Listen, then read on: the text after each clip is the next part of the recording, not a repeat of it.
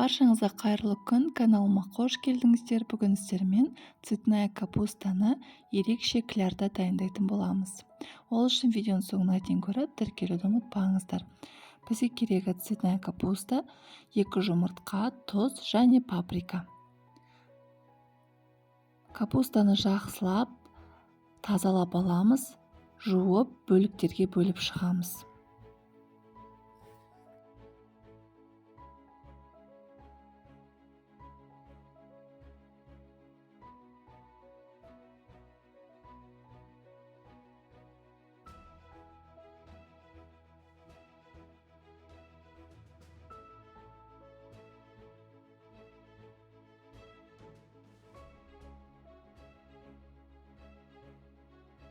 Қайнап тұрған суға біраз қасық тұзды салып, артынан біраз қасық лимон шырын қосамыз. Лимон шырын қосатын болсаңыздар, капуста езілмей әдемі пісетін болады.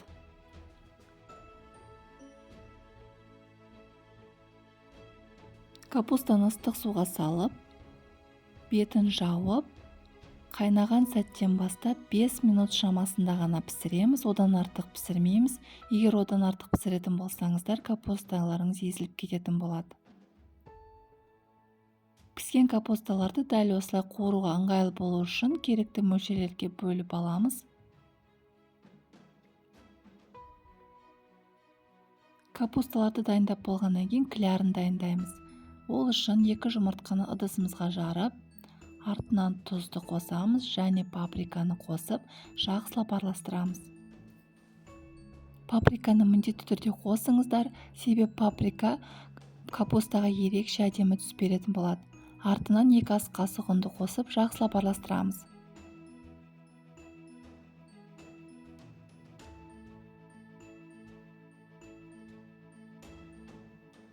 Капусталарды видеодағыдай клярға аунатып шығамыз. Араластырған кезде артыға салмақ салмай, жеңіл желпіған араластырамыз. Себебі капуста езіліп кетуі мүмкін. Табағымызға майды құйып, қыздырып, капусталарды 2 жағынан қуырып аламыз.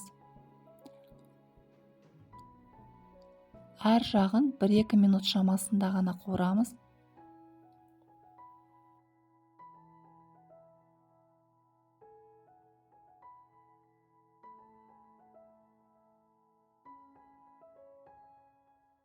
Осымен біздің тағамымыз дайын болды.